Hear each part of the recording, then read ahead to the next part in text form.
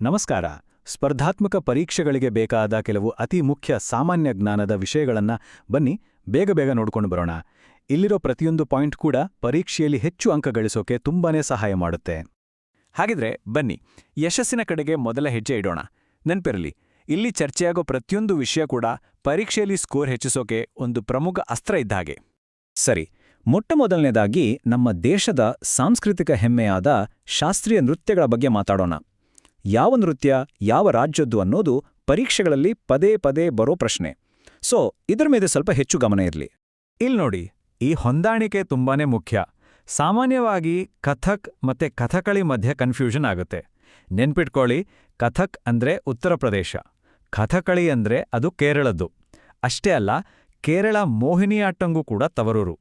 ಈ ಪ್ರತಿಯೊಂದು ಜೋಡಿ ಕೂಡ ಪರೀಕ್ಷೆಯ ದೃಷ್ಟಿಯಿಂದ ಒಂದು ಮಾರ್ಕ್ ಅಂತಾನೆ ಅಂದ್ಕೋಬೋದು. ನೋಡಿ, ಭಾರತದಲ್ಲಿ ಒಟ್ಟಾರೆಯಾಗಿ 8 ಅಧಿಕೃತ ಶಾಸ್ತ್ರೀಯ ನೃತ್ಯ ಪ್ರಕಾರಗಳಿವೆ ಅಂತ ಗುರುತಿಸಲಾಗಿದೆ. ಅದರಲ್ಲೂ ಕುಚಿಪುಡಿ ಬಗ್ಗೆ ಮಾತಾಡೋದಾದ್ರೆ ಕೆಲವು ಹೆಸರುಗಳನ್ನ ಖಂಡಿತ ನೆನಪಿಟ್ಕೊಳ್ಳೇಬೇಕು. ಯಾಮಿನಿ ಕೃಷ್ಣಮೂರ್ತಿ, ಹಾಗೇನೆ ರಾಜಾ ಮತ್ತು ರಾಧಾ ರೆಡ್ಡಿ ಜೋಡಿ. ಯಾಕಂದ್ರೆ ಈ ಹೆಸರುಗಳ ಮೇಲೆ ನೇರವಾಗಿ ಪ್ರಶ್ನೆಗಳು ಬರೋ ಸಾಧ್ಯತೆ ತುಂಬಾನೇ ಇದೆ. ಸರಿ, ಈಗ ನೃತ್ಯಗಳಿಂದ ನೇರವಾಗಿ ಇತಿಹಾಸಕ್ಕೆ ಜಂಪ್ ಮಾಡೋಣ. ಅಂದ್ರೆ ಭಾರತದ ಸುವರ್ಣಯುಗ ಅಂತಾನೆ ಕರೆಯಲ್ಪಡುವ ಗುಪ್ತ ಸಾಮ್ರಾಜ್ಯದ ಕಾಲಕ್ಕೆ. ಆ ಕಾಲದಲ್ಲಿ ಏನೆಲ್ಲ ವಿಶೇಷತೆಗಳಿದ್ವು ಅಂತ ಒಂದೊಂದಾಗಿ ನೋಡೋಣ ಬನ್ನಿ. ಗುಪ್ತ ಸಾಮ್ರಾಜ್ಯದ ಕಥೆ ಶುರುವಾಗೋದೇ ಶ್ರೀಗುಪ್ತನಿಂದ. ಅವರೇ ಇದರ ಸ್ಥಾಪಕ.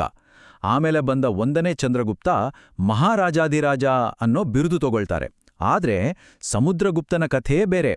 ಅವರ ಸೇನಾ ವಿಜಯಗಳನ್ನ ನೋಡಿ ಅವರಿಗೆ ಭಾರತದ ನೆಪೋಲಿಯನ್ ಅಂತಾನೆ ಕರೆದ್ರು. ಆ ನಂತರ ಬಂದ 2ನೇ ಚಂದ್ರಗುಪ್ತರ ಆಸ್ಥಾನವಂತೂ ಜ್ಞಾನಿಗಳ ನವರತ್ನಗಳಿಂದ ತುಂಬಿ ಹೋಗಿತ್ತು. ಹೌದು, 2ನೇ ಚಂದ್ರಗುಪ್ತ ಅಂದ್ರೆ ನಮ್ನೆಲ್ಲರಿಗೂ ಗೊತ್ತಿರೋ ವಿಕ್ರಮಾದಿತ್ಯನ ಕಾಲ ಇದೆಯಲ್ಲ, ಅದು ನಿಜಕ್ಕೂ ಜ್ಞಾನದ ಹಬ್ಬವೇ ಸರಿ. ಯಾಕಂದ್ರೆ ಚೀನಾದಿಂದ ಯಾತ್ರಿಕ ಫಾಯಾನ್ ಬಂದಿದ್ದು ಇದೇ ಟೈಮಲ್ಲಿ. ಅಷ್ಟೇ ಅಲ್ಲ, ಶ್ರೇಷ್ಠ ಗಣಿತಜ್ಞ ಆರ್ಯಭಟ, ಖಗೋಳಶಾಸ್ತ್ರಜ್ಞ ವರಾಹಮಿಹಿರ ಮತ್ತು ನಮ್ಮೆಲ್ಲರ ಹೆಮ್ಮೆಯ ಮಹಾಕವಿ ಕಾಳಿದಾಸ, ಇವರೆಲ್ಲರೂ ಅವರ ಆಸ್ಥಾನದ ರತ್ನಗಳಾಗಿದ್ರು. ಕಾಳಿದಾಸನ ಅಭಿಜ್ಞಾನ ಶಾಕುಂತಲದ ಬಗ್ಗೆ ಯಾರಿಗೆ ತಾನೇ ಗೊತ್ತಿಲ್ಲ ಹೇಳಿ.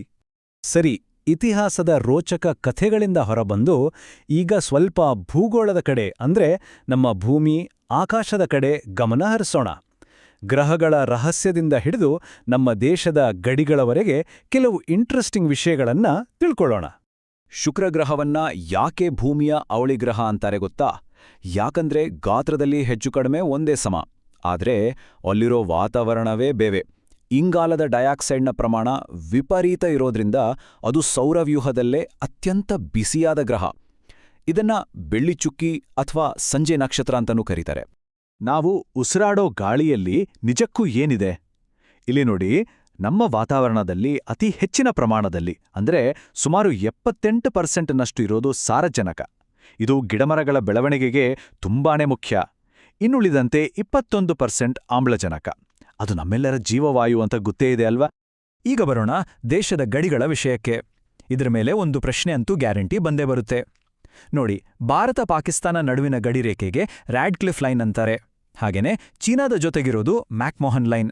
ಒಂದು ಮುಖ್ಯವಾದ ಪಾಯಿಂಟ್ ಏನಂದ್ರೆ, ಭಾರತ ಮತ್ತೆ ಶ್ರೀಲಂಕಾ ನಡುವೆ ಇರೋದು ಯಾವುದೇ ಲೈನ್ ಅಲ್ಲ, ಬದಲಾಗಿ ಅದು ಪಾಕ್ ಜಲಸಂಧಿ. ಇದು ಇವೆರಡೂ ದೇಶಗಳನ್ನ ಬೇರ್ಪಡಿಸುತ್ತೆ. ಸರಿ, ಈಗ ನಾವು ದೇಶದ ಬೆನ್ನೆಲುಬಾದ ಸಂವಿಧಾನದ ಬಗ್ಗೆ ಮಾತಾಡೋಣ. ನಮ್ಮೆಲ್ಲರ ಬದುಕನ್ನ ನಿಯಂತ್ರಿಸೋ ಈ ಮಹಾನ್ ಗ್ರಂಥದ ಕೆಲವು ಪ್ರಮುಖ ಅಂಶಗಳು ಪರೀಕ್ಷೆಗೆ ತುಂಬಾನೇ ಅವಶ್ಯಕ. ಒಂದು ಇಂಟ್ರೆಸ್ಟಿಂಗ್ ಪ್ರಶ್ನೆ: ಮೂಲಭೂತ ಕರ್ತವ್ಯಗಳು ಮೊದಲಿನಿಂದ ಸಂವಿಧಾನದಲ್ಲಿ ಇರಲಿಲ್ಲ. ಹಾಗಾದ್ರೆ ಅವು ಸಂವಿಧಾನದ ಭಾಗವಾಗಿದ್ದು ಹೇಗೆ?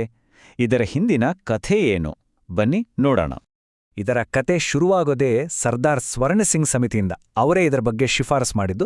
ಅದರಂತೆ 1976ರಲ್ಲಿ 42ನೇ ತಿದ್ದುಪಡಿ ತಂದು 10 ಕರ್ತವ್ಯಗಳನ್ನ ಸಂವಿಧಾನಕ್ಕೆ ಸೇರಿಸಲಾಯಿತು. ಆಮೇಲೆ ತುಂಬಾ ವರ್ಷಗಳ ನಂತರ 2002ರಲ್ಲಿ 86ನೇ ತಿದ್ದುಪಡಿ ಮೂಲಕ ಶಿಕ್ಷಣದ ಹಕ್ಕನ್ನ 11ನೇ ಕರ್ತವ್ಯವಾಗಿ ಸೇರಿಸಲಾಯಿತು. ಈ 2 ತಿದ್ದುಪಡಿಗಳು ಬಹಳ ಮುಖ್ಯ. ನೀತಿ ಆಯೋಗದ ಬಗ್ಗೆ ಕೇಳಿರ್ತೀವಿ ಅಲ್ವಾ? ಇದು ಭಾರತ ಸರ್ಕಾರದ ಅಧಿಕೃತ ಥಿಂಕ್ ಟ್ಯಾಂಕ್ ಇದ್ದ ಹಾಗೆ. ಅಂದ್ರೆ ಸರ್ಕಾರಕ್ಕೆ ಸಲಹೆ ಸೂಚನೆಗಳನ್ನ ಕೊಡೋ ಸಂಸ್ಥೆ. ನೆನ್ಪಿಡಿ, 2015ರಲ್ಲಿ ಇದು ಹಳೆಯ ಯೋಜನಾ ಆಯೋಗದ ಜಾಗಕ್ಕೆ ಬಂತು.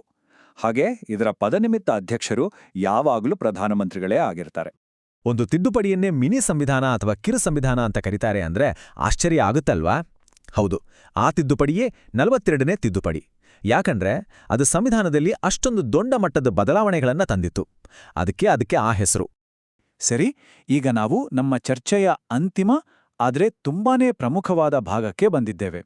ಆಧುನಿಕ ಭಾರತಕ್ಕೆ ಅಡಿಪಾಯ ಹಾಕಿದ ಕೆಲವು ನಿರ್ಣಾಯಕ ಐತಿಹಾಸಿಕ ಘಟನೆಗಳನ್ನ ಒಮ್ಮೆ ನೆನಪು ಮಾಡ್ಕೊಳ್ಳೋಣ.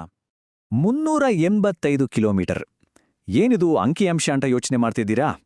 ಇದು ಬೇರೇನೂ ಅಲ್ಲ, ಮಹಾತ್ಮ ಗಾಂಧೀಜಿಯವರ ನೇತೃತ್ವದಲ್ಲಿ ನಡೆದ ಐತಿಹಾಸಿಕ ದಂಡಿ ಸತ್ಯಾಗ್ರಹದಲ್ಲಿ ಅವರು ಕಾಲ್ನಡಿಗೆಯಲ್ಲೇ ಕ್ರಮಿಸಿದ ಒಟ್ಟು ದೂರ. ದಂಡಿಯಾತ್ರೆ ಅನ್ನೋದು ಗಾಂಧೀಜಿಯವರ ಸ್ವಾತಂತ್ರ್ಯ ಹೋರಾಟದ ಒಂದು ಮಹತ್ವದ ಘಟ್ಟವಷ್ಟೇ. 1920ರ ಅಸಹಕಾರ ಚಳವಳಿಯಿಂದ ಶುರುವಾಗಿ 1930ರ ದಂಡಿ ಸತ್ಯಾಗ್ರಹ ಮತ್ತು ಕೊನೆಯದಾಗಿ 1942ರ ಭಾರತ ಬಿಟ್ಟು ತೊಲಗಿ ಚಳವಳಿ. ಹೀಗೆ ಪ್ರತಿಯೊಂದು ಹೆಜ್ಜೆಯೂ ನಮ್ಮನ್ನ ಸ್ವಾತಂತ್ರ್ಯದ ಹತ್ತಿರಕ್ಕೆ ಕೊಂಡೊಯ್ತು. ಭಾರತದ ಇತಿಹಾಸದಲ್ಲಿ ಒಂದು ಪ್ರಮುಖ ತಿರುವು ಅಂದ್ರೆ ಅದು 1757ರಲ್ಲಿ ನಡೆದ ಪ್ಲಾಸಿ ಕದನ.